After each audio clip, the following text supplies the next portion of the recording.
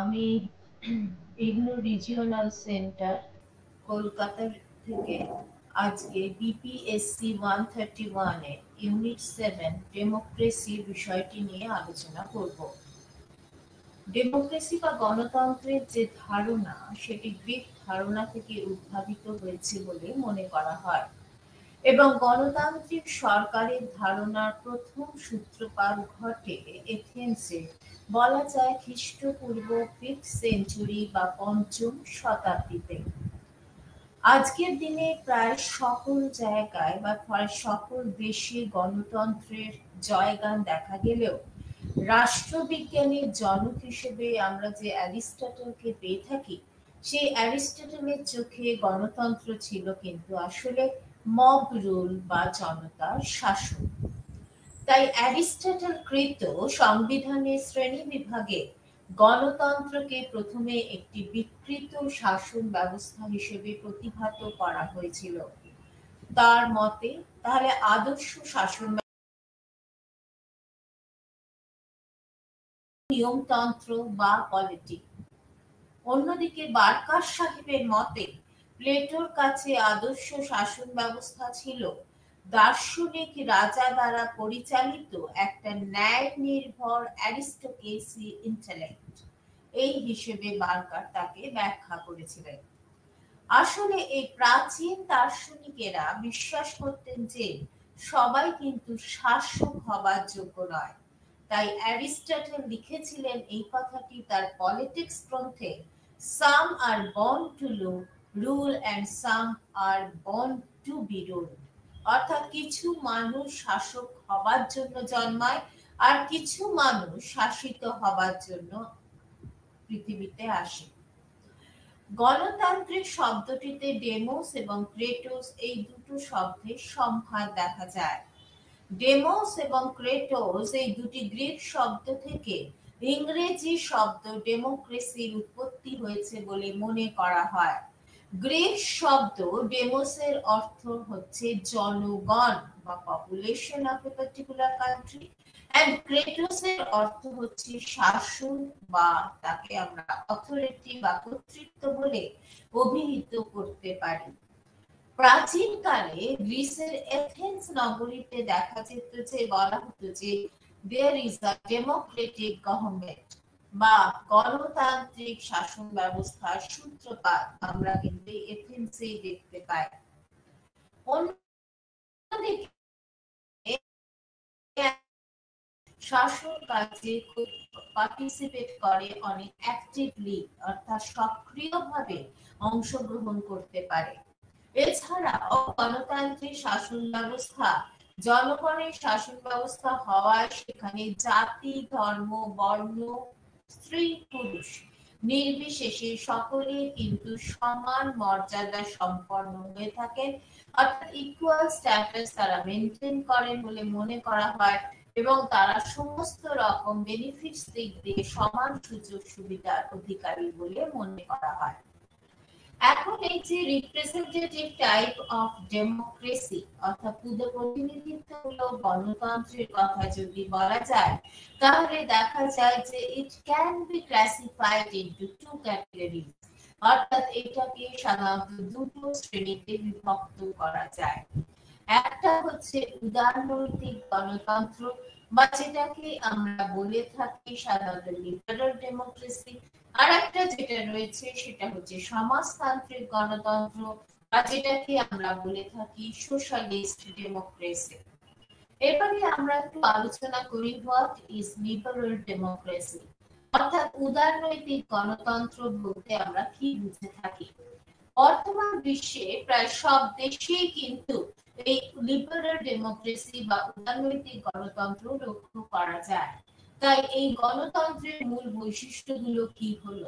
প্রথমত যেটা উল্লিখিত হয় সেটা হলো যে সেখানে হয়তো পলিটিক্যাল ইকুয়ালিটি বা রাজনৈতিক সাম্য স্বীকৃত হলেও সেখানে কিন্তু ইকোনমিক ইকুয়ালিটি এই কনসেপ্টের উপর ভীষণভাবে ইম্পর্টেন্স বা গুরুত্ব দেওয়া হয় না।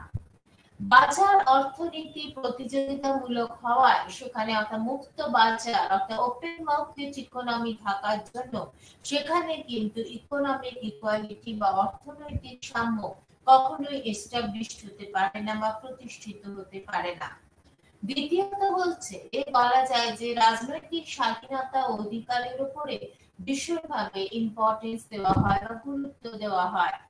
কিরকম দেখা হয়, বলা হয় যে প্রত্যেক নাগরিকের সাধারণত রাইট টু লাইফ অর্থাৎ জীবনের অধিকার, রাইট টু প্রপার্টি সম্পত্তির অধিকার, রাইট টু এডুকেশন অর্থাৎ শিক্ষার অধিকার, right to choose in the particular service অর্থাৎ বৃত্তি নির্বাচন করা, রাইট টু রিলিজিয়ন ধর্মাচরণে বা নির্বাচনে, রাইট টু বি ইলেক্টেড নির্বাচনে নির্বাচিত করা এবং নির্বাচিত হওয়ার অধিকার, এগুলো কিন্তু অ্যাকসেপ্ট করেছে একটা কান্ট্রি বা সেটা স্বীকার করে নিয়েছে।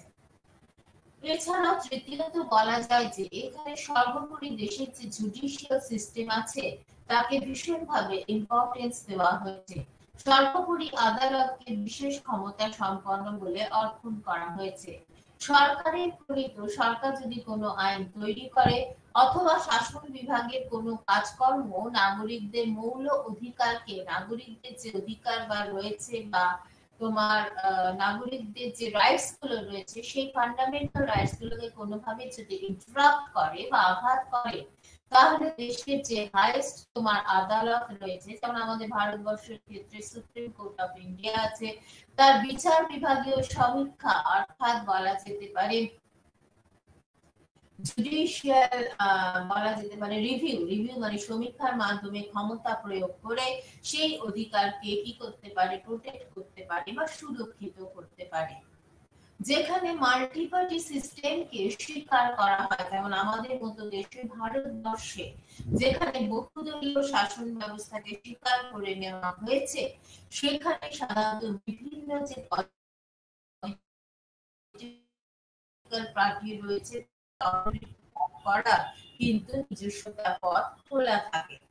এছাড়াও বলা যায় যে নির্দিষ্ট একটা টেনিয়রের শেষে অর্থাৎ নির্ধারিত মেয়াদ অন্তে সর্বজনীন যে ভোটাধিকার রয়েছে তার মাধ্যমে সাধারণত অর্থাৎ প্রাপ্ত বয়স্ক ভোটাধিকারের মাধ্যমে ইউনিভার্সাল ফ্র্যাঞ্চাইজ অ্যাক্টের মাধ্যমে নতুন নির্বাচন অনুষ্ঠিত হয়ে থাকে একটা নির্দিষ্ট সময়ের বিরতিতে। উদারনৈতিক গণতন্ত্র প্রকৃতপক্ষে যদি এক কথায় বলা যায়, it is based on the opinion of the public of a country, অর্থাৎ প্রকৃতপক্ষে জনমতের উপর প্রতিষ্ঠিত it is a democracy।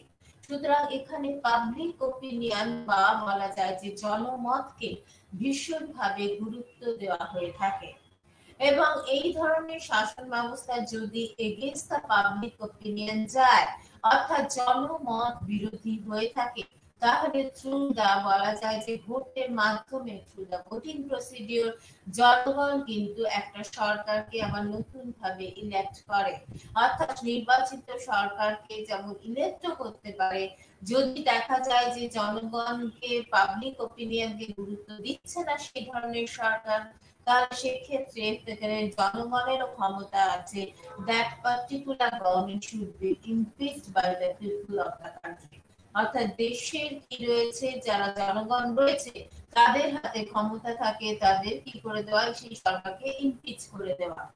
এবং সেক্ষেত্রে করতে গেলে সেক্ষেত্রে বলা যায় যে সেটা তারা ভোটের মাধ্যমে করতে পারে, কিন্তু সেটা তাদের রিপ্রেজেন্টেটিভ ভোট অর্থাৎ যেমন আমাদের ভারতবর্ষে অনাস্থা ভোট ফ্লোরে যখন হয়, লোকসভার ফ্লোরে যখন ভোট নো কনফিডেন্স হয় সেখানে কিন্তু এমএলএ আর এমপি এর রিপ্রেজেন্টেশন থাকে যারা জনগণের দ্বারা নির্বাচিত হয়ে থাকে। সুতরাং তারাই কিন্তু সেই সরকারকে কি করে দিতে পারে, রিজেক্ট করে দিতে পারে বা অপসারিত করতে পারে। এছাড়া বলা হচ্ছে যে দেশের যে গভর্নমেন্ট পলিসি আছে অর্থাৎ সরকারি যে নীতি রয়েছে সেই সরকারি নীতি বিরোধিতা করার অথবা তাকে ক্রিটিসাইজ করার যে রাইট অর্থাৎ সমালোচনা করার যে অধিকারকে সেটাকেও অ্যাকসেপ্ট করে নেওয়া হয়েছে এই ধরনের গণতন্ত্রে। এই জন্য গণতন্ত্রগুলোকে যথারকম পাবলিক মিডিয়া অর্থাৎ সংবাদপত্র, বেতার বলা যায়, দূরদর্শন, টিভি ইত্যাদি সরকারকে নিয়ন্ত্রণ থেকে মুক্ত রাখার চেষ্টা করা হয়। পাবলিক মিডিয়া যাতে কখনোই সরকারের নিয়ন্ত্রণে না আসে সেই ব্যাপারটাকে ভীষণভাবে সুপারভাইজ করা হয় বা নজরে রাখা হয়, যাতে কি হচ্ছে যে এই সমস্ত তোমার এই বলতে পারো মাধ্যমগুলি বা মিডিয়াগুলো সরকারকে কি করতে পারে, ফ্রি মনে ক্রিটিসাইজ করতে পারে বা সমালোচনা করতে পারে। এছাড়াও বলা যেতে পারে যে অধ্যাপক অ্যালান মল আরেকটি কথা বলেছিলেন। কি বলেছিলেন? বলেছিলেন যে দেশের যে শাসন ব্যবস্থায় যে রকম ইন্টারেস্ট গ্রুপগুলো রয়েছে, অর্থাৎ স্বার্থ গোষ্ঠীগুলো বা প্রেশার গ্রুপ যেভাবেই আমরা ডিফাইন করি না কেন, তাদেরও they have their complete ability to influence the public policy, অর্থাৎ বা গভর্নমেন্টাল পলিসি, অর্থাৎ সরকারি সিদ্ধান্তকে প্রভাবিত করা তাদের যথেষ্ট ক্ষমতা রয়েছে। বিভিন্ন সংগঠন যেমন ট্রেড ইউনিয়ন অর্থাৎ শ্রমিক সংঘ, বণিক সংঘ বলতে পারা যায়, এগ্রিকালচারের জন্য কৃষক সংগঠন বা অর্গানাইজেশন অফ দ্য ফার্মার্স, এগুলো কিন্তু দেখা যায় যে এরা কখনোই কিন্তু they are not under the governmental supervision, অর্থাৎ তারা কিন্তু সরকারের নিয়ন্ত্রণাধীন নয়। কোন কোন লেখকের মতে এটা মনে করা হয় যে লিবারাল ডেমোক্রেসি বা উদারনৈতিক গণতন্ত্রে সাধারণত দেশের তিনটে যে বিভাগ রয়েছে সরকারের, আইন, শাসন এবং বিচার বিভাগ। আইন বিভাগ মানে লেজিসলেচার, তোমার হচ্ছে শাসন বিভাগ মানে এক্সিকিউটিভ এবং বিচার বিভাগ মানে জুডিশিয়ারি। এই সমস্ত গুলোর মধ্যে সম্পূর্ণ তারা নিজে নিজে অঞ্চলে বা নিজে নিজে এখতিয়ারে তারা পুরোপুরি ইন্ডিপেন্ডেন্টলি ক্ষমতা ইমপ্লিমেন্ট করতে পারে বা প্রয়োগ করতে পারে। সুতরাং দেখা যায় যে উদারনৈতিক গণতন্ত্রে যেমন মার্কিন যুক্তরাষ্ট্র এটা পারফেক্ট উদাহরণ হতে পারে, যেখানে আইন বিভাগ, শাসন বিভাগ এবং বিচার বিভাগের মধ্যে সাধারণত এই সেপারেশন অফ পাওয়ার পলিসি অর্থাৎ ক্ষমতা স্বতন্ত্রীকরণ লক্ষ্য করা যায়। এছাড়া অনেকে বলে থাকেন যে একটা খুব অ্যাক্টিভ সিভিল সোসাইটি বা পৌর সমাজ বা পুরো সমাজ বা নাগরিক সমাজ অর্থাৎ একটা সিটিজেন্স ফোরাম কখনো উদারনৈতিক গণতন্ত্রের আরেকটি ক্যারেক্টারিস্টিক্স বা আরেকটি বড় গুণ বলে বিবেচনা করা হয়ে থাকে। এরপরে আমরা যেটা আলোচনা করব সেটা হচ্ছে ডাইরেক্ট ডেমোক্রেসি বা যেটাকে আমরা বলে থাকি প্রত্যক্ষ গণতন্ত্র। গণতন্ত্রের যদি সংজ্ঞায়িত করা হয় বা ডেমোক্রেসিকে যদি আমরা ডিফাইন করার চেষ্টা করি, তাহলে অনেকে বলে থাকে সিটিজেন হয় তারা they play the enormous role in the formulation of governmental policy, অর্থাৎ সরকারি নীতি নির্ধারণে তারা সক্রিয়ভাবে খুব অ্যাক্টিভলি ভাবে সাধারণত অংশগ্রহণ করে থাকে বা পার্টিসিপেট করে থাকে। কিন্তু এই ধরনের পিউরিফাইড একটা ডেমোক্রেসি বা বিশুদ্ধ গণতন্ত্র এটা ভীষণভাবে আজকে দেখা যায় না, বিরল গণতন্ত্র বলে বিবেচিত হতে হয়। জনসংখ্যা যদি লিমিটেড হয় অর্থাৎ সীমিত হলে এবং জনগণের যদি যে প্রবলেম গুলো রয়েছে সেগুলো যদি অনেক বেশি ইজিয়ার বা সহজ এবং সরল বা সিম্পলিফাইড হয়, তাহলে কিন্তু দেখা যায় যে বিশুদ্ধ গণতান্ত্রিক ব্যবস্থা বা পিউরিফাইড ডেমোক্রেসি বাস্তবে কি করা যায়, ইমপ্লিমেন্ট করা সম্ভবপর হতে পারে। মাঝে মাঝে দেখা যাচ্ছে যে নির্ধারিত কালে বা নির্ধারিত স্থানে এক এক সময় দেখা গেছে যে এই নাগরিক সভা বা সিটিজেন্স ফোরাম বলতে পারো মিলিত হয়ে তারা পারস্পরিক কোঅর্ডিনেশন বা আলোচনার মাধ্যমে তাদের হাতে ক্ষমতা প্রয়োগের ক্ষমতা ছিল, অর্থাৎ তারা আইন প্রণয়ন করতে পারত, আইন নিয়োগের বা ইমপ্লিমেন্টের ব্যবস্থা করতে পারত এবং সরকারি বিভিন্ন যে কাজ রয়েছে সেই সমস্ত কাজে বিভিন্ন গভর্নমেন্টাল অর্থাৎ বলা যায় যে সরকারি কর্মচারীদের নিযুক্ত করতে পারত। এছাড়াও আভ্যন্তরীণ এবং পররাষ্ট্র সংক্রান্ত অর্থাৎ বলা যায় যে সমস্যার সমাধানও তারা করে ফেলতে পারত, এমনকি বিচার ব্যবস্থারও তারা সম্পাদন করে ফেলত। বর্তমানে বলা হয় যে সাধারণত এই ধরনের এত সুন্দর সুষ্ঠু শাসন ব্যবস্থার কথা যেখানে আমরা বলছি তার কি কোনো পারফেক্ট এক্সাম্পল বা উদাহরণ হতে পারে না? আনসারটা আছে হ্যাঁ, হতে পারে।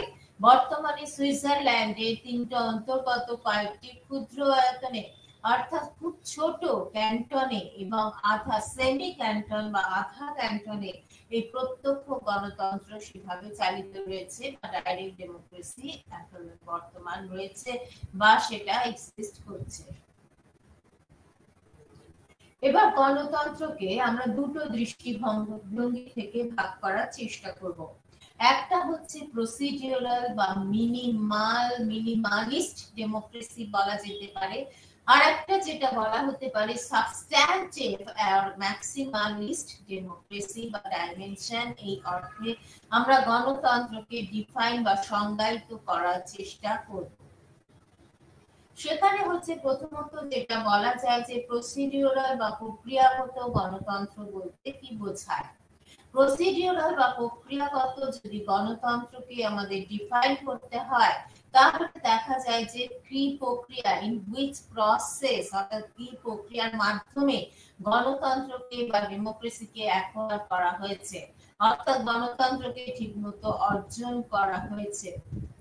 এবং সেই ক্ষেত্রে এই ধরনের গণতন্ত্রের কথা বলতে গেলে এটা বলা যায় যে it argues that regular competitive elections by the people they govern, অর্থাৎ সেই ক্ষেত্রে বলা যায় যে এই ধরনের গণতন্ত্রে সাধারণত একটা নির্দিষ্ট টেনিয়র পর পর সাধারণত সেখানে কি করা হচ্ছে, যারা সাধারণ মানুষ তারা একটা নির্বাচনের মাধ্যমে সরকারকে নির্বাচিত করে থাকে।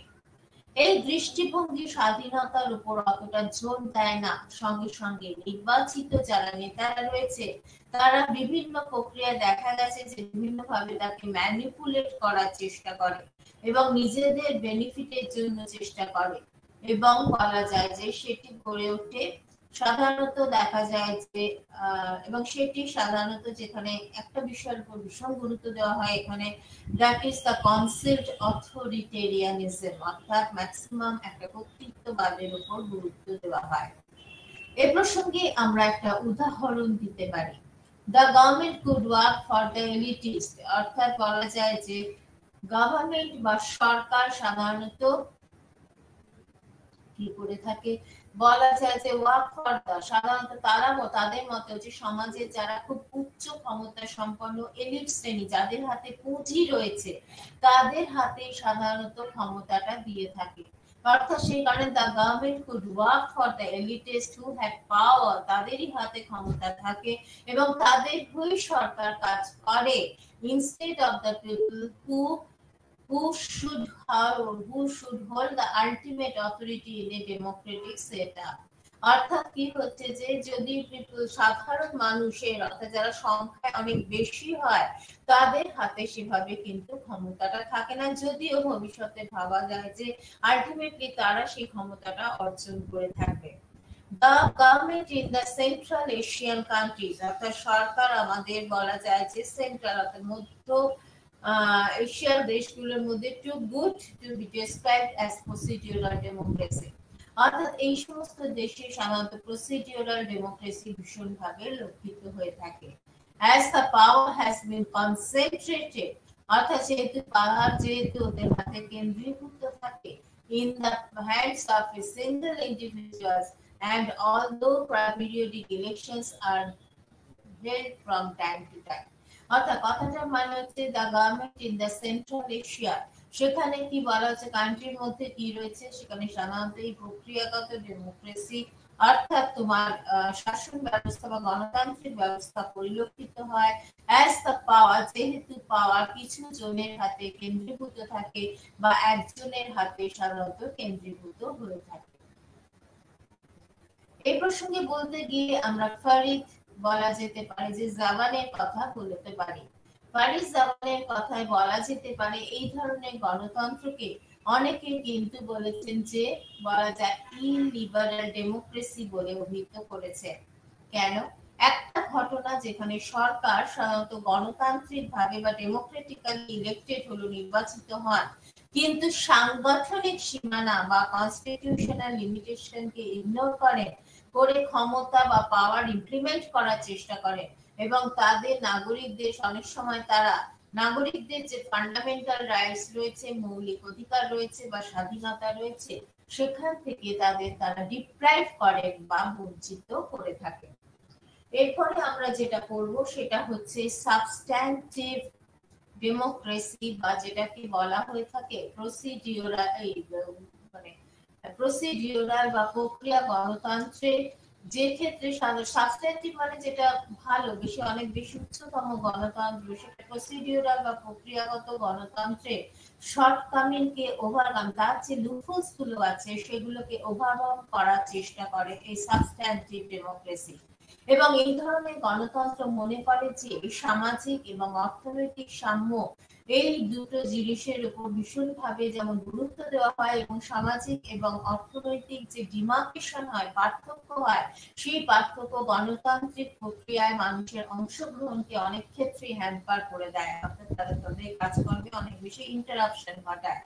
তাই এই ধরনের গণতন্ত্র সেই জন্য চেষ্টা করে যে সেখান থেকে we have to come out, আমাদের বেরিয়ে আসতে হবে। তাই এই ধরনের গণতন্ত্র সাধারণত সোশ্যাল ইকুয়ালিটি বা সামাজিক সাম্য এই বিষয়টির উপর ভীষণ গুরুত্ব দিয়ে থাকে এবং সেক্ষেত্রে সব থেকে বেশি প্রতিহত হয় কার্য করার ক্ষেত্রে, অর্থাৎ কাজ করার ক্ষেত্রে। ইন এ সেন্স, এবং সেই ক্ষেত্রে বলা যায় যে এই গণতন্ত্র হলো কমন গুড, অর্থাৎ সাধারণ মানুষের গুড বা ভালোর কথা বলে। একজন ব্যক্তির নিজস্ব স্বার্থ নিয়ে সেই গণতন্ত্র চিন্তা করে না, অর্থাৎ একজন ব্যক্তির বেনিফিটের কথা ভেবে সে কাজ করে না। সমাজে যারা মার্জিনাল ক্লাস রয়েছে বা প্রান্তিক বিভাগের লোকেদের জন্য, অর্থাৎ বলা যায় যে the rights of marginalized sections like women, মেয়েরা এবং the poorer classes of the society, যে গরিব সম্প্রদায় রয়েছে, ন্যায় তাদেরও বলা হচ্ছে যে তাদের কথা ভাবা হয় বা তাদের মধ্যে অনেক কিছু ন্যায়কে বা জাস্টিসকে রিডিস্ট্রিবিউট করে দেওয়ার চেষ্টা করা হয়, যেখানে কিন্তু সেক্ষেত্রে কিন্তু রাষ্ট্রের বা স্টেটের একটা গুরুত্বপূর্ণ ভূমিকা থাকে। এবং যেহেতু গুরুত্বপূর্ণ স্টেটের একটা ভূমিকা থাকে, সুতরাং state intervention in political process has been found, অর্থাৎ সেই ক্ষেত্রে কিন্তু একটা স্টেটের মাথা গলানোর অ্যাটিটিউড লক্ষ্য করা যায়। এই প্রসঙ্গে বলতে গিয়ে উদারনৈতিক তাত্ত্বিক হিসেবে আমরা সাধারণত কান্ট বা জন স্টুয়ার্ট মিলের কথাও বলতে পারি। এছাড়া সুলপিটারের কথা বলা যায়। তিনি কি বলেছেন? তিনি বলেছেন এই কথাটাই যে এরা বিশ্বাস করতেন যে গণতন্ত্রের ধারণা অনেক সময় মেজরিটি সময় সাম্যকে প্রকাশ করার ক্ষেত্রে বিপজ্জনক হতে পারে বা বলা যেতে পারে যে সেটা সেক্ষেত্রে ডেঞ্জারাস হতে পারে। এ প্রসঙ্গে বলতে গিয়ে সোশ্যাল কন্ট্রাক্ট থিওরি প্রবক্তা রুশোর কথাও আমরা বলতে পারি। রুশো কি বলেছিলেন? রুশো বলেছিলেন যে গণতন্ত্রের ফরমাল রূপ যদি খুব একেবারে সুটে বুটের রূপ দেখতে চাও, অনেক বেশি স্লেভারি বা দাসত্বের প্রতীক হতে পারে। আর সঙ্গে সঙ্গে তিনি এটাও বলেছিলেন যে ইগালিটেরিয়ান ডেমোক্রেসির পলিটিক্যাল লেজিটিমেসি বা রাজনৈতিক বৈধতা পরে হিসেবে রাজনৈতিক বৈধতা আছে। এরপরে আমরা যেটা পড়বো সেটা হচ্ছে এরপর টাইপস অফ ডেমোক্রেসি, অর্থাৎ গণতন্ত্রকে আমরা কি কি ভাবে ভাগ করছি। সেখানে দেখা যায় প্রথমে যেটা আমরা বলে থাকি সনাতনী গণতন্ত্র বা যেটাকে বলা হয় ক্লাসিক্যাল ডেমোক্রেসি, যেটা হচ্ছে সেখানে আমরা কিন্তু এথেন্সের বা প্রাচীন এথেন্সের ধারণাটাকে বশবর্তী হতে হবে আমাদের। ডেভিড হেড বলেছিলেন যে খ্রিস্টপূর্ব 5ম শতকে সাধারণত এথেন্স, যেটা গ্রিক নগর, রাষ্ট্র মানে পলিসগুলির মধ্যে সর্বাপেক্ষা উন্নত এবং সমৃদ্ধশালী কেন্দ্ররূপে সাধারণত এটি প্রতিষ্ঠিত লাভ করে। এবং সেখানে কি হচ্ছে, এবং 20 বছর ঊর্ধ্ব পুরুষরাই সেখানে কিন্তু নাগরিক বা সিটিজেন হিসেবে পরিচিতি লাভ করবে এবং they also enjoy the political right, অর্থাৎ তারা রাজনৈতিক অধিকারও ভোগ করবে।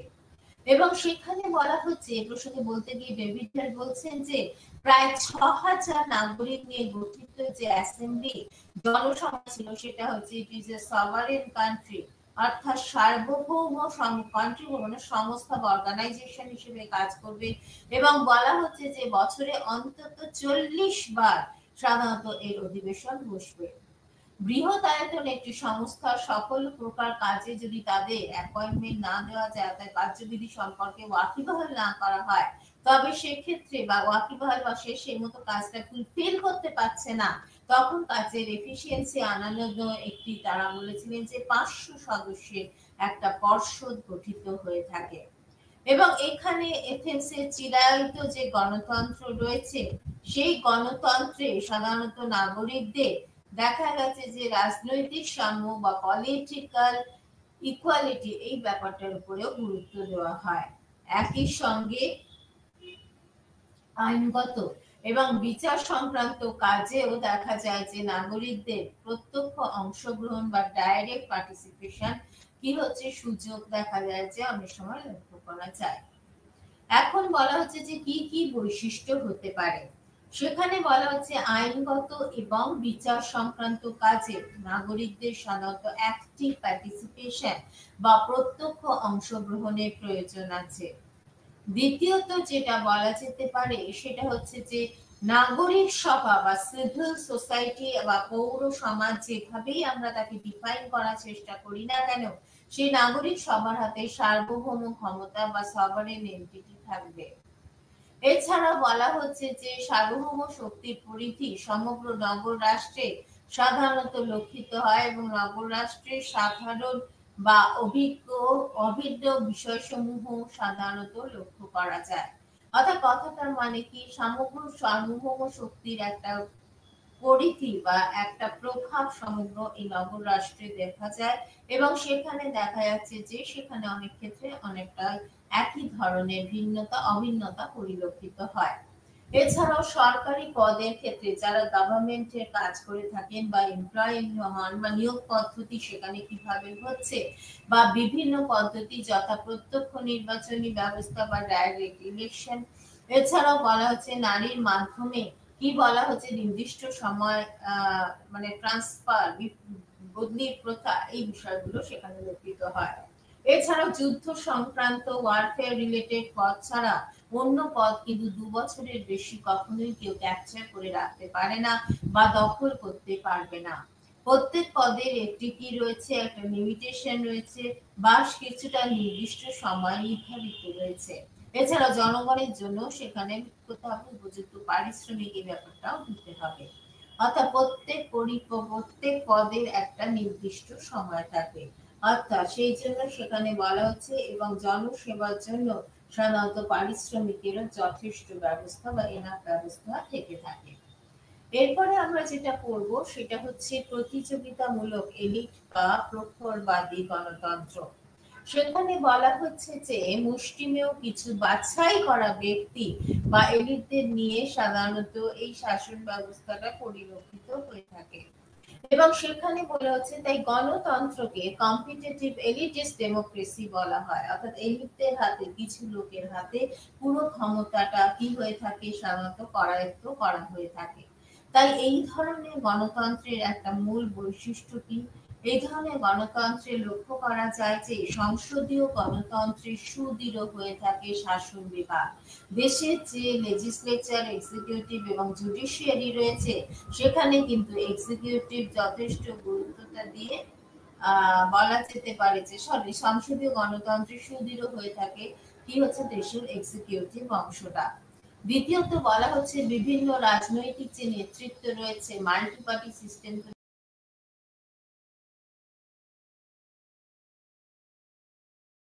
ভূমিকা রয়েছে। এছাড়া বলা হচ্ছে একটি স্বাধীন এবং প্রশিক্ষণ প্রাপ্ত, এটা কিন্তু ভীষণ লক্ষিত হয়, একটা আমলাতন্ত্র, এডুকেটেড ব্যুরোক্রেসি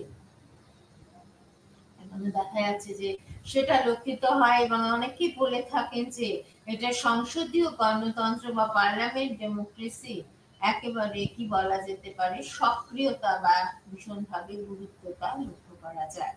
সুতরাং একটি স্বাধীন ও প্রশিক্ষণপ্রাপ্ত আমলাতন্ত্র দেখা যায় এবং সেক্ষেত্রে যেমন দেখাও যায় গণতন্ত্র, তেমনি গণতন্ত্রে অনেকে বলেন যে এই আমলাতন্ত্র কিন্তু গণতন্ত্রের কি হয়ে থাকে, একটা বড় এনিমি হয়ে থাকে। যাক, এই ধরনের তত্ত্বের যারা প্রবক্তা রয়েছেন তাদের মধ্যে আমরা দুজনের নাম খুব উল্লেখ করবো। একটা ম্যাক্স ওয়েবার, যার ব্যুরোক্রেসি থিওরি আছে, আর একটা হচ্ছে জোসেফ সুম্পিটার, তার কথা উল্লেখ করা যেতে পারে। এরপরে আমরা যেটা পড়বো সেটা হচ্ছে বহুত্ববাদী গণতন্ত্র, বা যেটাকে বলা হয় প্লুরালিস্ট ডেমোক্রেসি। এই তত্ত্বের প্রধান প্রবক্তা কে সেটা আমাদের জানতে হবে।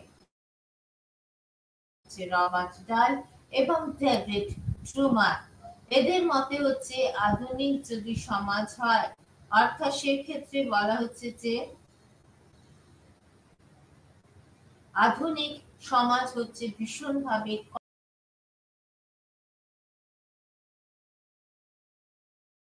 এবং সেটা হচ্ছে মাল্টিপোলার অর্থাৎ বহুত্ববাদী হিসেবেও আমরা তাকে উল্লেখ করতে পারি। কেন বলা হচ্ছে? বলা হচ্ছে এই কারণে, এই ধরনের সমাজে বহু ছোট ক্ষুদ্র ক্ষুদ্র গোষ্ঠী রয়েছে এবং তারা কি হচ্ছে, তারা সাধারণত দল এবং শ্রমীর মধ্যে সাধারণত কি হয়, সেখানে দেখা যায় শ্রেণীর মধ্যে একটা সমন্বয় বা কোঅর্ডিনেশনের ভিত্তিতে একটা মিক্সড বহুমুখী, অর্থাৎ বলা যেতে পারে যে বহুমুখী মানে মাল্টিপোলার ওরিয়েন্টেড শাসন ব্যবস্থা বা অ্যাডমিনিস্ট্রেশন লক্ষিত হয়ে থাকে।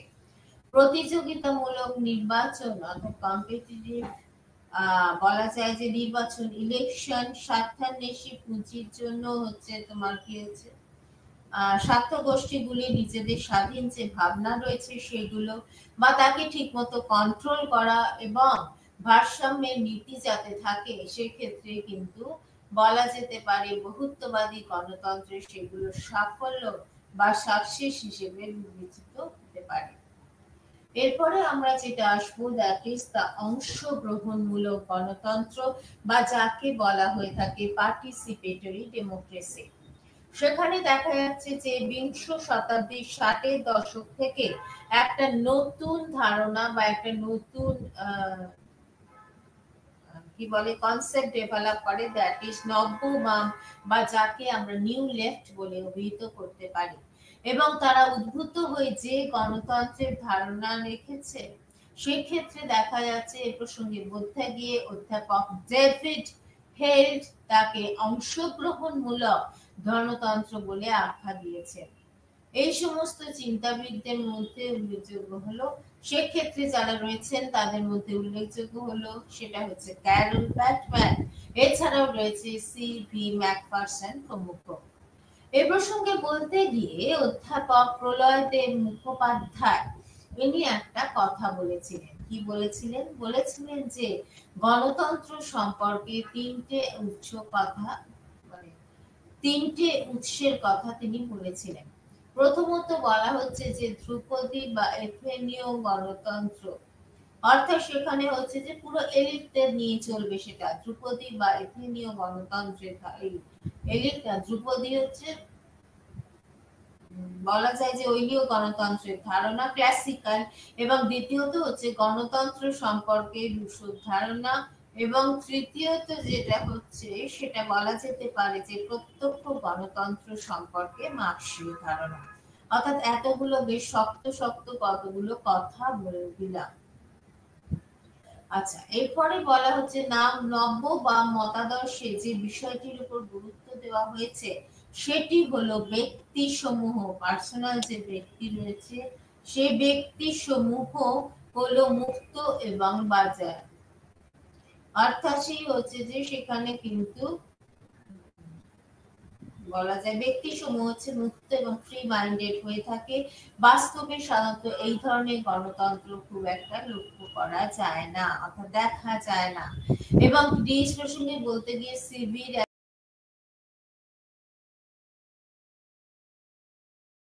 ব্যক্তি রাজনৈতিক পৌর জীবনে সক্রিয়ভাবে পার্টিসিপেট করার মতো সক্রিয় অংশগ্রহণের মানে হচ্ছে যে বলা যেতে পারে যে সুযোগ হয় না, সময় হয় না, তারা এই দিক দিয়ে অনেকখানি ডিপ্রাইভ বা বঞ্চিত হয়ে থাকে। এরপরে আমরা যেটা আলোচনা করব সেটা হচ্ছে পৌর সমাজ এবং রাষ্ট্রের মধ্যে কি সম্পর্ক, অর্থাৎ what is the relation between the civil society and the state। এ প্রসঙ্গে বলতে গিয়ে ব্যাটম্যান বলে যিনি ছিলেন, সেই প্যাটম্যানের মতে হচ্ছে এই পৃথকীকরণের যে ধারণা করা হয়েছে সেটা it is not accepted by all, এবং সেই ক্ষেত্রে বলা হচ্ছে ধারণাটি অত্যন্ত ত্রুটিপূর্ণ হয়ে থাকে, এবং সেই কারণে যেহেতু লুপহোলস আমরা তাতে দেখতে পাচ্ছি, সেহেতু এটা সকলের কাছে কিন্তু কি নয়, গ্রহণযোগ্য নয় বা অ্যাকসেপ্টেড নয়। তার মতে রাষ্ট্র যদি সংঘসমূহ প্রাকৃতিক জীবনের মধ্যে বলা যায় সংঘ এবং প্রাত্যহিক জীবনের বাস্তবতা থেকে পৃথক করা হয়, তবে তার ভূমিকা হলো কি হচ্ছে, তার ভূমিকাটা এগুলোর মধ্যে কোনোটাতে ঢুকতে পারলেন না সেই ব্যক্তি, তাহলে তার ভূমিকা হবে নিরপেক্ষ আম্পায়ার, বা তার উপর ভিত্তি করে বলা যেতে পারে যে আম্পায়ার হিসেবে বা বিচারকের মতো তারা কাজ করে থাকে, এবং সেক্ষেত্রে রাষ্ট্র নাগরিকদের কাছ থেকে স্পন্টেনিয়াসলি ভাবে বা স্বতঃস্ফূর্ত ভাবে শ্রদ্ধা এবং আনুগত্য লাভ করে থাকে। কিন্তু বিপরীত দিকে যদি রাষ্ট্রে এসবের মধ্যে যদি খুব বেশি থাকে তাকে তার কর্তৃত্ব এবং জনগণের নিরপেক্ষতা, সেক্ষেত্রে কিন্তু তাকে বহুলাংশে কি হয়ে যায়, বিনষ্ট হয়ে যায় বা নষ্ট হয়ে যায়। নব্যবামেরা রাষ্ট্রের এই গণতন্ত্র আরো গণতান্ত্রিকরণ চান, আরো বলেছিলেন যে নব্যবামেরা আমাদের কিন্তু আরো ডেমোক্রেটিক হতে হবে। এবং সে প্রসঙ্গে বলতে গিয়ে ম্যাকফারসন তিনি একটা কথা বলেছিলেন, তিনি বলেছিলেন যে গণতন্ত্রকে যদি ফলপ্রসূ করা হয়, অর্থাৎ গণতন্ত্রকে ফলপ্রসূ করার জন্য রাজনৈতিক যে নিয়মগুলো রয়েছে, সেই নিয়মগুলো, রাজনৈতিক নিয়মগুলো না, রাজনৈতিক যে গ্রুপ বা দলগুলো রয়েছে, সেই দলগুলোকে প্রত্যক্ষ গণতান্ত্রিক যে আদর্শ রয়েছে সেখানে দেখা যায় যে অনুসারে তাদের কিন্তু সংজ্ঞায়িত করতে হবে, বা তাদের কি করতে হবে, সংগঠিত করতে হবে। সংজ্ঞায়িত করলে তো শুধু হয় না, সঙ্গে সঙ্গে তাদের সেভাবে কি করতে হবে, অর্গানাইজ করতে হবে। এরপরে আমরা যেটা পড়বো সেটা হচ্ছে বিতর্ক। এই ধরনের নব্যবামেরা রাষ্ট্রকে সেই জন্য বলেছিল যে এটা কিছু গণতন্ত্র হয়নি, একে আরো বেশি বা অনেক বেশি ভাবে ডেমোক্রেটাইজ হতে হবে। এবং এরপরে আমরা যে গণতন্ত্র নিয়ে আলোচনা করব, এগুলো অনেক বেশি নিউয়ার কনসেপ্ট বা নতুন নতুন ধারণা হিসেবে তাকে বিবেচনা করা যেতে পারে, সেটা হচ্ছে বিতর্ক আলোচনা বা চর্চা কেন্দ্রিক গণতন্ত্র। সেখানে যদি দেখা যায় তাহলে বলা যায় যে তথ্য প্রযুক্তিকে, অর্থাৎ ইনফরমেশন টেকনোলজিকে বলা যায় যে ব্যবহার করে একটি খুব অ্যাক্টিভ অর্থাৎ সক্রিয় নাগরিক সমাজ বা সিভিল সোসাইটি ডেভেলপ করা ভালো লাগে, মানে ডেভেলপ করা যেতে পারে। এবং সেখানে হচ্ছে যে যখনই এই ধরনের গণতন্ত্র বা ডেমোক্রেসি ডেভেলপ করে, তখনই কিন্তু সেখানে অংশীদারিত্ব বা পার্টনারশিপের প্রয়োজন হয়ে থাকে। এবং সেক্ষেত্রে বলা হচ্ছে, যেমন ধরো আজকের দিনে নতুন প্রযুক্তি অনেক ব্যবহার করা হচ্ছে, যেমন ইন্টারনেট রয়েছে, বেতার মাধ্যম, টেলিভিশন রয়েছে, রেডিও রয়েছে, ইত্যাদির মাধ্যমে জনগণকে কি হচ্ছে, রাজনৈতিক আলাপ আলোচনা এবং সক্রিয়ভাবে অংশগ্রহণ করতে, অর্থাৎ সেখানে অনুপ্রাণিত করা। এবং সেই ক্ষেত্রে বিতর্কিত যে বিষয়গুলো রয়েছে সেই বিষয়গুলো সম্পর্কে বলা যায় যে নাগরিকত্বের মতামত দিতে আগ্রহান্বিত করে তোলা। এবং সেক্ষেত্রে এই ডেলিভারি ডেমোক্রেসির উদ্দেশ্যই হচ্ছে, সেটা হচ্ছে ফার্স্ট বলা যায় থ্রেশহোল্ড হচ্ছে তোমার কি হচ্ছে, ডেলিভারি ডেমোক্রেসি যে প্রথম যে ডেমোক্রেসি বা গণতন্ত্রের কথা বলা হয়েছে, সেখানে বলা হয়েছে যে এই ডেলিভারি ডেমোক্রেসি বা উদ্দেশ্য মুখর একটা ডেলিভারি ডেমোক্রেসি বা গণতন্ত্রের কথা বলা যেতে পারে। এবং সাইমালটেনিয়াসলি এখানে কিন্তু ই ডেমোক্রেসির উপর ভীষণ গুরুত্ব দেওয়া হয়েছে। এবারে আমরা আসি ই ডেমোক্রেসি কথাটার মানে কি। বলা যায় যে এটা অন্তত খুব আধুনিক কালে বা মডার্নে একটা নিউয়ার কনসেপ্ট হিসেবে বিবেচিত হয়ে থাকে, এবং কিন্তু পূর্বে তাত্ত্বিকদের ধারণার উপর ভিত্তি করে সেই বলা যায় যে ভিত্তি করে সেটা ডেভেলপ করে। এই ডেমোক্রেসি অথবা ইলেকট্রনিক যে গণতন্ত্র আজকে যেটা ভীষণভাবে চর্চার বিষয়, তথ্য এবং প্রযুক্তির ওপর গণতন্ত্রকে এগিয়ে নিয়ে যাওয়া অথবা সে বিষয়ে প্রতিনিধিত্বমূলক গণতান্ত্রিককে আরো রিপ্লেস করার মতো সেই ব্যাপারটার উপর গুরুত্ব দেওয়া হয়েছে। এছাড়াও বলা হয়েছে গণতন্ত্রের কিছু কিছু জেনারেল প্রবলেম বা সাধারণ সমস্যা দেখা যেতেই পারে, এবং সেগুলো যেমন হচ্ছে ধরো স্কেল বা বলা যায় যে কম দক্ষতা বা মাত্রার বিষয়। দ্বিতীয়ত হচ্ছে সময়ের অভাব, আজকে আমাদের ল্যাক অফ টাইম প্রচন্ড ভাবে হয়ে গেছে।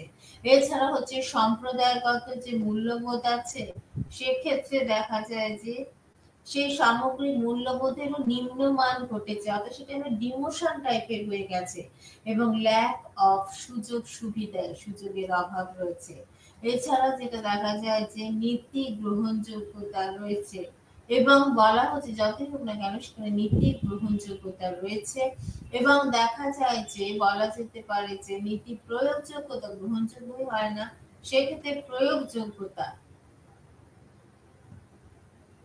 সেই ব্যাপারটার উপরেও যথেষ্ট গুরুত্ব দেওয়া হয়ে থাকে। সুতরাং ই ডেমোক্রেসির সমর্থকরা যদি সত্যি ই ডেমোক্রেসি তৈরি করতে হয়, তাহলে অংশগ্রহণমূলক গণতন্ত্রকে আরো তৈরি করে নীতি নির্ধারণের ক্ষেত্রে নাগরিকদের এগিয়ে নিয়ে যাওয়ার দায়িত্ব একটা থেকে থাকে। আচ্ছা, এরপরে আমরা যেটা করব that is the socialist democracy বা সমাজতান্ত্রিক গণতন্ত্র। পূর্বতন সোভিয়েত ইউনিয়ন বলা যায় যে বা বর্তমানে গণতান্ত্রিক যে ব্যবস্থা রয়েছে, সেক্ষেত্রে দেখা যায় যে সেখানে সেটা কার্ল মার্কস এবং লেনিনের যে অবদান রয়েছে বা তাদের যে তথ্য রয়েছে, যে আইডিওলজি রয়েছে, সেই আইডিওলজির উপরে ভীষণভাবে তারা গুরুত্ব দিয়ে থাকে বা ভীষণভাবে ডিপেন্ডেন্ট হয়ে থাকে। এবং সেক্ষেত্রে এই ব্যবস্থার মূলে রয়েছে মার্কসের তত্ত্ব। কেন তারা এত ডিপেন্ডেন্ট, সেখানে বলা আছে এর পেছনে দুটো জিনিস কাজ করেছে। একটা হচ্ছে মার্কসের তত্ত্ব, আর একটা হচ্ছে সেই তত্ত্বকে ঠিক মতো ইমপ্লিমেন্ট করা বা প্রয়োগ করা। এরপরে আমরা যেটা আসি সেটা হচ্ছে সমাজতান্ত্রিক গণতন্ত্রের লক্ষ্যটা কি হবে। ইকুয়ালিটির উপর তো আমি জোর দিচ্ছি, ঠিক আছে, সেখানে বলা হচ্ছে পুঁজিবাদী যে উদারনৈতিক গণতান্ত্রিক ব্যবস্থাগুলো রয়েছে, সেই ব্যবস্থার যে লুপহোলস বা দোষ ত্রুটিগুলো রয়েছে, সেগুলোকে কি করে অপসারিত করে সেখানে বলা হচ্ছে যে সাম্যবাদী বা ইকুয়াল নির্ভর একটা বলা যেতে পারে শাসন ব্যবস্থা গড়ে তুলতে হবে। এবং সেখানে বলা হচ্ছে যে সেখানে সেই ধরনের শাসন ব্যবস্থাকে মার্কস এবং এঙ্গেলস একটা নতুন নাম দিয়েছিলেন, যেটা হচ্ছে সর্বহারা শ্রেণীর গণতন্ত্র বা প্রলেতারিয়েট শ্রেণীর গণতন্ত্র বা ডেমোক্রেসি হিসেবে আমরা তাকে উল্লেখ করতে পারি। এছাড়াও সমাজতান্ত্রিক গণতন্ত্রের কি কি বৈশিষ্ট্য রয়েছে, সেখানে যদি দেখা যায় বলা যায় যে সমাজতান্ত্রিক গণতন্ত্রের মূল বৈশিষ্ট্য যেটা আরেকটা রয়েছে, সেটা হচ্ছে যে এই শাসন ব্যবস্থায় সাধারণত সরকারি ক্ষমতা সম্পন্ন বা বলা যেতে পারে শ্রেণী নির্ধারণ করে থাকে, এবং সেক্ষেত্রে মানে ক্লাস শ্রেণী যে নির্ধারণ করে সর্বহারা শ্রেণী বা প্রলেতারিয়েট শ্রেণী, যাদের হাতে কিচ্ছু নেই, এবং সেই ব্যবস্থা যদি তাদের দ্বারা গড়ে ওঠে, সেখানে পরবর্তীকালে আর কোনো স্টেটের কনসেপ্ট থাকবে না, এবং এই ব্যবস্থা হচ্ছে বলা হয় যে এখনো যে একটা দুটো দল হচ্ছে একদলীয় শাসন ব্যবস্থা, এবং বলা হচ্ছে যে এটা বলা হচ্ছে যে সাধারণত কৃষক নির্ভর অর্থাৎ এগ্রিকালচারাল বেসড একটা ডেমোক্রেসি হিসেবে আমরা তাকে উল্লেখ করতে পারি। এছাড়াও বলা হয় যে একাধিক শ্রেণী না থাকায় এই ব্যবস্থাতে সাধারণত শ্রেণী শোষণ বা ক্লাস এক্সপ্লয়টেশন সেভাবে থাকে না। সমাজের সমস্ত সম্পত্তির মালিক হলো এই সর্বহারা শাসিত রাষ্ট্র বা বলা যেতে পারে যে সর্বহারা শাসন ব্যবস্থা। এবং সেক্ষেত্রে দেখা যায় কমপক্ষে সমস্ত সম্পত্তি, স্থাবর অস্থাবর সব সম্পত্তি, সেগুলো কার আন্ডারে থাকবে? স্টেটের আন্ডারে থাকবে। রাষ্ট্রায়ত্ত হওয়া এই ব্যবস্থায় ব্যক্তি মাত্রই একটা অর্থনৈতিক নিরাপত্তা বা ইকোনমিক সিকিউরিটি সেটা যথেষ্ট বেশি রক্ষিত হয়। এবং সেক্ষেত্রে বলা হচ্ছে যে অন্ন, বস্ত্র, বাসস্থান এক্ষেত্রের জন্য সমাজস্থ ব্যক্তিবর্গ লক্ষিত হয়ে থাকে এবং সেক্ষেত্রে বলা হচ্ছে যে এদের কনসেপ্টে বা এদের ধারণায় সাধারণত দুর্ভাবনা বা অনিশ্চয়তা বোধ কিছু থাকে না। আসলে কি হচ্ছে যে তাদের মধ্যে কি হচ্ছে দুর্দশা বা অনিশ্চয়তা বোধ বা কিছু থাকে না। এরপরে যেটা বলা যায়, সমাজতান্ত্রিক গণতন্ত্রে প্রত্যেকে তার নিজস্ব এবিলিটি বা সামর্থ্য অনুযায়ী সাধারণত দেখা যায় যে তারা সামর্থ্য অনুযায়ী বলা যায় বা কর্ম অনুযায়ী বলা যায় যে তারা কি পেয়ে থাকে, তারা তাদের নিজস্ব ওয়েজ বা পারিশ্রমিক পেয়ে থাকে। অর্থাৎ তাহলে সমাজতান্ত্রিক গণতন্ত্রে যেটা সব থেকে বেশি গুরুত্ব দেওয়া হয় দ্যাট ইজ দ্য ইকুয়ালিটি। অর্থাৎ সেটা কিন্তু রাজনৈতিক ইকুয়ালিটি তো পরে আসবে, আগে আসবে ইকোনমিক ইকুয়ালিটি। এবং সমাজতান্ত্রিক গণতন্ত্রে তাই মানুষের কাজ করার প্রবণতাকে সবচেয়ে বেশি ইম্পর্টেন্স দেওয়া হয় এবং বলা হচ্ছে প্রত্যেকে তার অ্যাকর্ডিং টু হিজ এবিলিটি, তার নিজস্ব সামর্থ্য অনুযায়ী এবং তার নিজস্ব কাজ যে রয়েছে সেই কাজ অনুযায়ী তারা যথেষ্ট ওয়েজ বা পারিশ্রমিক পেয়ে থাকবে। কিন্তু এ প্রসঙ্গে বলতে পেয়ে থাকবে বা পেয়ে থাকে, তবে সমাজতান্ত্রিক গণতন্ত্রের আমরা পুরোপুরি চিত্র এখনো পাই না।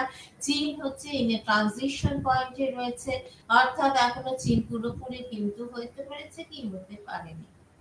কিন্তু সমালোচনা করলেও করা যায় কিরকম, এখানে বলা হচ্ছে যেহেতু যেমন একটি মাত্র দল থাকে, এই দল শাসন ক্ষমতায় কি হচ্ছে অধিষ্ঠিত থাকে বলে গণতান্ত্রিক পরিবেশ থাকে না। অর্থাৎ সেখানে অনেক সময় ডিক্টেটোরিয়াল অ্যাটিটিউডটা অনেক বেশি লক্ষিত হয়ে থাকে। যেমন চীনের কথা আমরা বলতে পারি, চীনের হচ্ছে কমিউনিস্ট পার্টি অফ চায়না। অর্থাৎ চীনের যে কমিউনিস্ট পার্টি অফ চায়না, যেমন সেটা একটা মাত্রই দল রয়েছে এবং এই একটি মাত্র দল যেহেতু শাসন ক্ষমতায় সম্পূর্ণভাবে অধিকৃত করে থাকে, ফলে তার মধ্যে একটা এত ক্ষমতা পেয়ে আছে, সুতরাং তার মধ্যে একটা ডিক্টেটোরিয়াল অ্যাটিটিউড অনেক সময় গ্রো আপ করে যায় এবং সেই ক্ষেত্রে কিন্তু একটা পারফেক্ট ডেমোক্রেটিক এনভায়রনমেন্ট বা গণতান্ত্রিক পরিবেশ সেভাবে থাকে না এবং পরিণামে সেখানে সেই কারণে অনেক সময় সেই দলের একটা একনায়কতন্ত্র বা দলীয় বলতে পারা যায় যে একনায়কতন্ত্র বা ডিক্টেটরশিপ ভীষণভাবে পরিলক্ষিত হয় বা যাকে আমরা বলি স্বৈরতান্ত্র প্রতিষ্ঠা পেয়ে থাকে। এরপরে আমরা যেটা আলোচনা করব সেটা হচ্ছে পিপলস ডেমোক্রেসি বা জনগণতন্ত্র। সেখানে যদি প্রথমে কথা বলে, সেখানে আমরা কিন্তু যেহেতু সমাজতান্ত্রিক গণতন্ত্রে আমরা চলে এলাম, এখানে একটু মার্ক্সীয় গণতন্ত্রের কথা বলে সেই অনুসারে পিপলস ডেমোক্রেসির ধারণাটা ডেভেলপ করে বা বিকাশ লাভ করে। মার্ক্সবাদীরা বলেছেন যে সোশ্যাল ইকুয়ালিটির বেসিসে অর্থাৎ সামাজিক গণতন্ত্রের ধারণায় ভীষণভাবে ইন্টারেস্ট হয় মার্ক্সবাদীরা, সামাজিক গণতন্ত্রকে ভীষণভাবে এরা গুরুত্ব দেয় এবং এরা ওয়েস্টার্ন যে ডেমোক্রেসি বা পাশ্চাত্য যে গণতন্ত্র রয়েছে সেই গণতন্ত্রকে এরা অতটা ইম্পর্টেন্স বা গুরুত্ব তো দেয় না, বরং ইন দ্য কন্ট্রারি বা কন্ট্রাডিক্টরি তারা আরেক ধরনের গণতন্ত্রকে বা ডেমোক্রেসিকে ডেভেলপ করার চেষ্টা করে। তাই পিপলস ডেমোক্রেসি বা সর্বহারা গণতন্ত্র রেভলিউশন বা প্রলেতারিয়েতের রেভলিউশনের পর সেটা কি হয়েছিল, এস্টাবলিশ হয়েছিল। যখন প্রলেতারিয়েত রাজনৈতিক সিদ্ধান্ত গ্রহণের ক্ষেত্রে প্রলেতারিয়েত মানে কি, যারা সমাজে কি হচ্ছে সংখ্যাগরিষ্ঠ মানুষ কিন্তু যাদের হাতে কিছুই নেই, সর্বহারা শ্রেণী, তাদের এখানে বেশি গুরুত্ব দেওয়া হয়ে থাকে এবং মনে করা হয় যে যখন একটা রাষ্ট্রহীন গণতান্ত্রিক ব্যবস্থা গড়ে উঠবে, স্টেটলেস সোসাইটি গড়ে উঠবে, তখন এই প্রলেতারিয়েতরা বিশাল উল্লেখযোগ্য ভূমিকা পালন করবে। কার্ল মার্কস যেখানে সর্বহারাদের শাসনের কথা নিয়ে কথা বলে থাকে, লেনিন কিন্তু সেই ধারণা কিছুটা চেঞ্জ বা পরিবর্তন ঘটায় এবং বলেন যে দল সর্বহারাদের কি করতে পারবে, মুখপাত্র বা স্পোকসম্যান হিসেবে কাজ করে থাকবে। লেনিন দলের এই ক্ষমতাকে অনেকখানি কন্ট্রোল করার জন্য একটা নতুন মেকানিজম বা কৌশল আনয়ন করেছিলেন। সেটা করতে কি বলেছিলেন, যে বলা হয়েছিল যে মেকানিজম প্রতিষ্ঠা করার কথা ভেবেছিলেন এবং কর্তৃত্ব সম্পন্ন যাদের হাতে প্রচুর ক্ষমতা আছে তাদের নির্দেশও দিয়েছিলেন কারণ সর্বহারাদের কি করা, অ্যাকাউন্টেবল থাকতে তাদের হবে। অর্থাৎ সর্বহারা ব্যাপারটাকে তারা ভীষণভাবে গুরুত্ব দিয়েছিল এবং শুধু তাই নয়, দলের বলেছিল যে ক্ষমতাকে নিয়ন্ত্রণ করার জন্য মেকানিজম হিসেবে বলা হয়েছিল পার্টির কথা।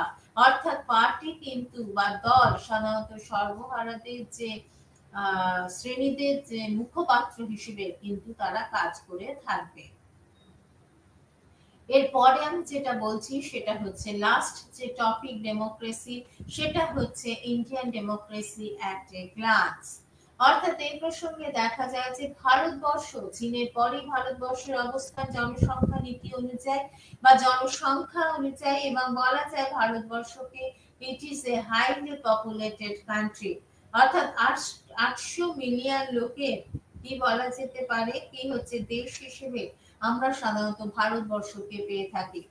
1947 সালে 15ই আগস্ট ভারতবর্ষ স্বাধীনতা অর্জন করে এবং তারপর থেকে ভারতবর্ষে যে ডেমোক্রেসি বা গণতন্ত্র রয়েছে তাকে কিন্তু লার্জেস্ট ডেমোক্রেসি হিসেবে উল্লেখ করা হয়। তাই এই প্রসঙ্গে বলা যায় যে ইট ইজ রিমার্কেবল দো অ্যান ইনডাইরেক্ট ইলেকশন, অর্থাৎ সেখানে পরোক্ষ গণতন্ত্রের মাধ্যমে হয়তো সেখানে একটা রাষ্ট্র ব্যবস্থা ডেভেলপ করছে। Today black adopted the concept of universal বলা যায় যে অ্যাডাল্ট ফ্র্যাঞ্চাইজি, এবং সেক্ষেত্রে বলা হচ্ছে সার্বজনীন ভোটাধিকার এই বিষয়টির উপর গুরুত্ব দেওয়া হয়েছে এবং সেখানে বলা হয়েছে যে সেখানে কিন্তু হয়েছিল তখন কিন্তু এই কনস্টিটিউয়েন্ট অ্যাসেম্বলি বা ভারতবর্ষের গণপরিষদের একটা বিশাল ভূমিকা ছিল। এবং এখানে বলা হয় যে কিন্তু এই গণপরিষদের যারা সদস্য ছিলেন, যারা মেম্বার ছিলেন, তারা was not elected by the people, তারা কিন্তু লোকেদের, সাধারণ লোকেদের দ্বারা নির্বাচিত হয়নি। এবারে আমরা যেটা উল্লেখ করব সেটা হচ্ছে যে বলা যায় যে সেটা হচ্ছে ভারতবর্ষের গণতন্ত্রের কি বলছে, সেক্ষেত্রে কি বলা হচ্ছে প্রধান প্রধান ক্যারেক্টারিস্টিক্স বা বলা যেতে পারে যে ভারতের গণতন্ত্রের প্রধান প্রধান বৈশিষ্ট্য, সেই বিষয়গুলোর উপর উল্লেখ করা হচ্ছে। প্রথমত যেটা বলা যায়, ভারতে একটু মনে রাখা প্রয়োজন যে ভারতীয় সংবিধান হচ্ছে একটা রিটেন কনস্টিটিউশন, অর্থাৎ Indian constitution can be denoted as a written constitution. অর্থাৎ ভারতীয় সংবিধানের যে প্রস্তাবনা রয়েছে সেই প্রস্তাবনায় ভারতবর্ষকে কিন্তু বিভিন্ন ধর্মের নামে বই মানে কি করা হয়েছে, অভিহিত করা হয়েছে। যেহেতু ভারতবর্ষ এমন একটা দেশ যেখানে বলা হয় যে বিভিন্ন দেশের জনগণ, বিভিন্ন ধরনের মানুষ সেখানে বাস করে, তাই একটা কথাই আছে যে বৈচিত্র্যের মধ্যে ঐক্য বা ইউনিটি ইন ডাইভার্সিটি লক্ষিত হয়।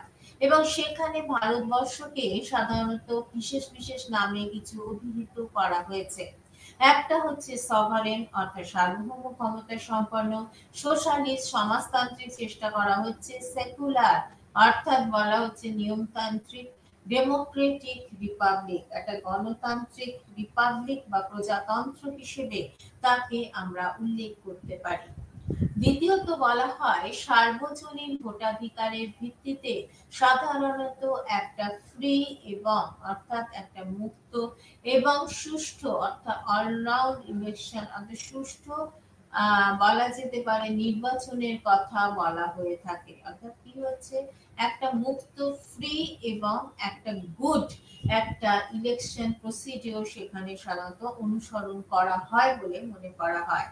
এছাড়া তৃতীয়ত বলা যায় যে ভারতীয় সংবিধান যেহেতু রিটেন ফর্মে রয়েছে সেখানে কিন্তু রুল অফ ল বা আইনের অনুশাসন এই ব্যাপারটাকে ভীষণভাবে ইম্পর্টেন্স দেওয়া হয় এবং দেশের নিরপেক্ষ বিচার ব্যবস্থা অর্থাৎ জুডিশিয়াল সিস্টেম যাতে নিরপেক্ষ হয়ে থাকে, বিচার ব্যবস্থার দ্বারা তা কি করা হয়, ইমপ্লিমেন্ট করার চেষ্টা করা হয়। এছাড়া যেটা বলা যায় দেশের আইন, দেশের যে শাসন, দেশের যে বিচার ব্যবস্থা রয়েছে সেই ব্যবস্থার মধ্যে একটা ক্ষমতা স্বতন্ত্রীকরণ নীতি অনুসরণ করার কথা বলা হয়েছে। অর্থাৎ দেশের আইন বলো, শাসন বলো, এই যে বিচার বিভাগ যেটা মন্টেস্কু কনসেপ্ট থেকে আমরা নিয়েছিলাম, মধ্যে কিন্তু অনেক সময় সেখানে কিছু কিছু ক্ষেত্রে সেপারেশন অফ পাওয়ার বা ক্ষমতা স্বতন্ত্রীকরণ নীতি অনুসৃত হয়।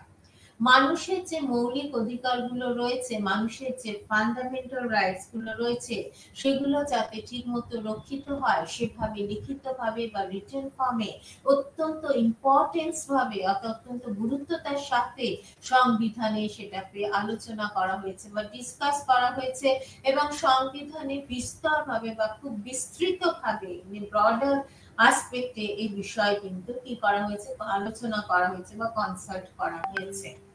কনসার্ন না, মানে লেখা হয়েছে বা ডিসকাস করা হয়েছে।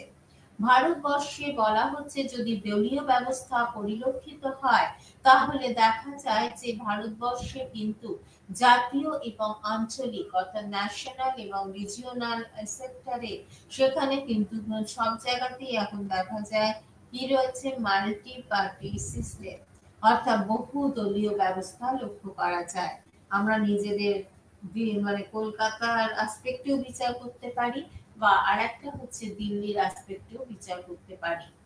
এছাড়াও বলা হচ্ছে ভারতবর্ষের যে গণমাধ্যমগুলো রয়েছে, সেই গণমাধ্যমগুলো কিন্তু স্টেট ইন্টারফিয়ারেন্স, অর্থাৎ বলা যায় যে স্টেট ইন্টারফিয়ারেন্স মানে স্টেটের আধিপত্য থেকে, নাক গলানো থেকে মুক্ত বা ফ্রি থাকবে, এবং এখানে ক্ষেত্রেও সেটা যথেষ্ট কনসাসলি বা অত্যন্ত সজাগভাবে সেটা করতে হবে।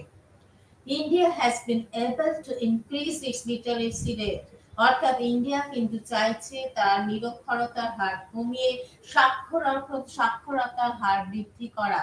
এছাড়া চাইছে টু রিডিউস পভার্টি, গরিব এই কনসেপ্টটা থেকে ক্রমশ বেরিয়ে আসা, while the marginalized বলা যায় sections are being brought into maintenance thought of the democratic process, এবং সেখানে বলা হচ্ছে যে সেখানে মার্জিনাইজ সেকশন, অর্থাৎ বলা যেতে যারা প্রান্তিক স্তরে বসবাস করছে, তাদের কিন্তু ডেমোক্রেটিক প্রসেসে অর্থাৎ গণতান্ত্রিক প্রক্রিয়ার মধ্যে তাদের অত্যন্ত সক্রিয়ভাবে যোগদানের ব্যবস্থা ভারতবর্ষ করার চেষ্টা করছে। ভারতবর্ষ যে করছে না, ভারতবর্ষ গণতান্ত্রিক দেশ হিসেবে একটা নিজেকে খুব ভালোভাবে প্রথিত করার চেষ্টা করছে, কিন্তু করলেও ভারতবর্ষকে এত চেষ্টা করছে, কিন্তু বর্তমানে ভারতবর্ষ একটা অনেক চ্যালেঞ্জের মুখোমুখি হয়ে পড়ছে। এবং বলা হচ্ছে যে কেন কেন ভারতীয় গণতন্ত্র এত চ্যালেঞ্জের মুখোমুখি হচ্ছে, সেখানে উদাহরণ হিসেবে আমরা বলা যেতে পারে যে নকশাল ব্যবস্থা, এখানে এই ব্যাপারটা নকশালিজম বা বলা যায় যে নকশাল ব্যবস্থা, এই ব্যাপারটার উপরে গুরুত্ব দিতে বা সেটাকে অ্যানালাইজ করতে হবে। আর একটা হচ্ছে উত্তর পূর্ব ভারতবর্ষ, অর্থাৎ যেখানে ইনসার্জেন্সি বা বিদ্রোহ বা অভ্যুত্থান বা আন্দোলন চলে, সেখানেও দেখা যায় যে তারা অনেক কিছুই তাদের ডিমান্ড নিয়ে সবসময় শোরগোল করে তুলছে, সেখানে সত্যি তারা অনেক কিছু অভাবের সম্মুখীন হয়ে থাকে। সেখানে সেই বলা হচ্ছে ভারতীয় গণতন্ত্রের ক্ষেত্রে এখানেও সেটা একটা মানে কি বলা যেতে পারে যে একটা কাঁটা হয়ে দাঁড়াচ্ছে। সেই কারণে ভারতবর্ষের কনস্টিটিউয়েন্ট অ্যাসেম্বলি বা গণপরিষদে সংবিধান খসড়া কমিটির যিনি প্রধান ছিলেন অর্থাৎ ডক্টর আম্বেদকর, তিনি একটা কথা বলেছিলেন। কি বলেছিলেন? He has argued for economic and social equality, তিনি নিশ্চয়ই অর্থনৈতিক এবং সামাজিক সাম্যের কথা on saying only political equality would not be enough, অর্থাৎ রাজনৈতিক সাম্যতা কখনোই সেটা যথেষ্ট হতে পারে না। তবে এই পরিপ্রেক্ষিতে বলতে হবে যে ভারতবর্ষকে যদি গণতান্ত্রিক ভাবে ভীষণভাবে এগিয়ে যেতে হয় বা সত্যি রিপ্রেজেন্টেটিভ ডেমোক্রেসি হিসেবে নিজেকে যদি ফুলফিল করতে হয়, তবে সেখানে কিন্তু ফেক ভোটিং প্রসেস বা দলত্যাগ বা ডিফেকশন বলা যেতে পারে, অথবা বলা যেতে পারে রোল অফ মানি বা করাপশন, মাসল পাওয়ার ব্যবহার, এইগুলো কিন্তু কমাতে হবে। এবং সেইভাবে যদি আস্তে আস্তে গণতন্ত্রকে ভারতবর্ষে এগিয়ে নিয়ে যাওয়া যায়, তাহলে কিন্তু ভারতবর্ষে একটা সত্যিকারের সুন্দর গণতন্ত্র গড়ে উঠবে, এবং সেখানে প্রান্তিক শ্রেণীর যে স্বার্থ রয়েছে সেটাও ঠিক মতো বাস্তবায়িত হবে। এই হচ্ছে ডেমোক্রেসি বা ইউনিট 7 বিপিএসসি 131 এর ডেমোক্রেসি সম্বন্ধে এখানেই আজকে এই বক্তব্যের সমাপ্তি। নমস্কার।